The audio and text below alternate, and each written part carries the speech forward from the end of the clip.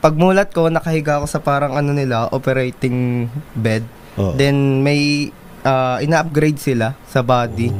Actually, tinanong ko yung... Terminator. Ayun nga ba sabi ko. You can communicate with them, no? May interaction ka. Meron pong interaction with those beings. Opo, and then... So, hindi lang siya panaginip, talagang ano siya, astral. Siguro po, in a quantum level po, parang ganun eh.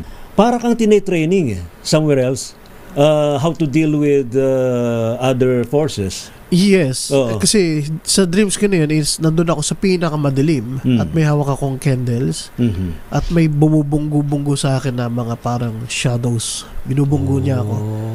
Gabi ng Misteryo. Gusto ko na rin po itong sulitin tong time na to kasi lately, this week lang po is nanaginip ako ng about nasa galaxy ako, nasa outer space. Okay. And then, I was being operated by extraterrestrials. Grade sila eh, mga gray aliens. In-abduct ka ba? Abduction ba yun? I don't know, pagmulat ko, nakahiga ako sa parang ano nila, operating bed. Then, may ina-upgrade sila sa body. Actually, tinanong ko yung... Terminator. Ayun nga ba sabi ko. Nagtataka ako, sir, bakit anong ginagawa sa katawan ko? Okay. Para siyang DNA, para siyang may ina-upgrade. Then sabi ng mga extraterrestrials is reject kasi meron deity na nandun sa loob. So, after nun, nag-asa ko doon, bakit hindi ako So you can you can communicate with them, no? May interaction ka. Meron pong interaction with those beings. Opo, and then so hindi lang siya panaginip, talagang astral. Siguro po, in a quantum level po parang ganun eh. And then tinanong ko po ano pong ginagawa nila. Basically po pala collective po pala lahat. Yung currently yung human body is being upgraded by lahat, hindi lang isa. Kaya po nung narinig ko sumasakit ang ulo natin, no? Yun, si Master Joe, nung narinig ko yung iba yung sakit na trangkaso ngayon, kakaiba. Yun siguro po, yun po yung nag-connect. So, dapat pala maging masaya tayo. Abay, collectively, pala tayo, ina-upgrade.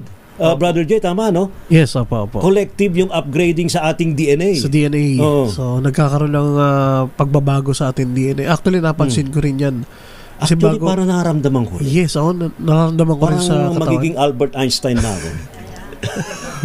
113% ng brain. Sa akin, mas yung vision ko, mas lumalawak siya, mas malinaw ko siya nakikita. Kahit sa dreams ko ngayon is masyadong malinaw. Kaya nagtataka ako bakit parang nandun ako mismo, nakasama ko yung physical body ko sa dreams na yun. Medyo natakot ako. Siguro ganun din experience yun. Meron ka rin mga dreams, no? Very clear, no? Crystal clear. Actually, ako, meron din ako eh. Medyo natakot lang ako kasi, iba yun eh. Ibang lugar yung napuntahan ko eh. Sabi ko, pagisingin niyo muna ako, Lord. Saka dito, based personal ko experience din, lately, para kang tine-training somewhere else, how to deal with other forces. Yes, kasi sa dreams ko na yun is nandun ako sa pinakamadilim at may hawak akong candles at may bumubunggo-bunggo sa akin na mga parang shadows. Binubunggo niya ako. So parang pag ginagano ko, parang Insidious. Yun sasabihin ko sana, parang pelikula Insidious yan. Parang ganun siya. So pag ginagano ko yung light ko, is nawawala sila. Pero there's a meaning with that experience. Parang sa darkness, merong light. Kailangan magsindi ka ng light. Yes, may dala akong candle na. Actually, nakita ko yan sa sayo kanina, nung nakaupo tayo. May nakita kong something. Gusto kitang bigyan ng babala. Yun. Kaya sabi ko, gusto ko nga kitang i-ask kung meron kang nararamdaman sa may puso mo. Wala pa na. Yun. Kaya sabi ko, ingatan niya yung katawan niya. Ayun. Ayaw mo na ayaw mo na specify kung ano yung nakita mo.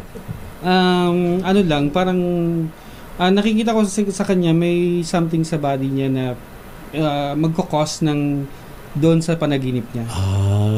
So challenge. Okay lang yung kayang-kaya. Yes, po. Salamat doon sa wisdom. Yan. Gabi ng Misteryo.